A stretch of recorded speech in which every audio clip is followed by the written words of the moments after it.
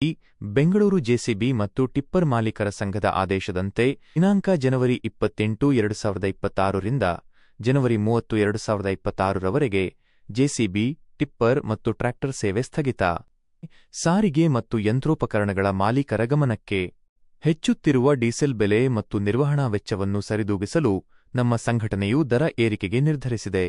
ಈ ಹಿನ್ನೆಲೆಯಲ್ಲಿ ಜನವರಿ 28 ರಿಂದ 30 ರವರೆಗೆ ಸಂಪೂರ್ಣ ಕೆಲಸ ಸ್ಥಗಿತಗೊಳಿಸಿ ಪ್ರತಿಭಟಿಸಲಾಗುವುದು. ನಮ್ಮ ಬೇಡಿಕೆಗಳು: ಜೆಸಿಬಿ ಕನಿಷ್ಠ ದರ ಮಿನಿಮಮ್ 4,000 ರೂಪಾಯಿ, ಜೆಸಿಬಿ ಗಂಟೆಗೆ ಪರ್ ಅವರ್ 1,200 ರೂಪಾಯಿ, ಟಿಪ್ಪರ್ ಬಾಡಿಗೆ 7,000 ರೂಪಾಯಿ. ಒಗ್ಗಟ್ಟಿನಲ್ಲಿ ಬಲವಿದೆ. ನಮ್ಮ ವೃತ್ತಿಯ ಗೌರವಕ್ಕಾಗಿ ಮತ್ತು ನ್ಯಾಯಯುತ ಲಾಭಕ್ಕಾಗಿ ನಾವೆಲ್ಲರೂ ಒಂದಾಗೋಣ. ಬದುಕು ಕಟ್ಟಿಕೊಡುವ ಯಂತ್ರಗಳಿಗೆ ಬೆಲೆ ಸಿಗಲಿ.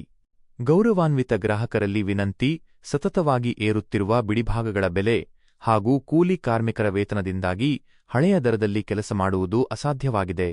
ಆದ್ದರಿಂದ ಅನಿವಾರ್ಯವಾಗಿ ನಾವು ಈ ಮುಷ್ಕರವನ್ನು ಹಮ್ಮಿಕೊಂಡಿದ್ದೇವೆ. ಸಾರ್ವಜನಿಕರು ಸಹಕರಿಸಬೇಕಾಗಿ ಕೋರುತ್ತೇವೆ.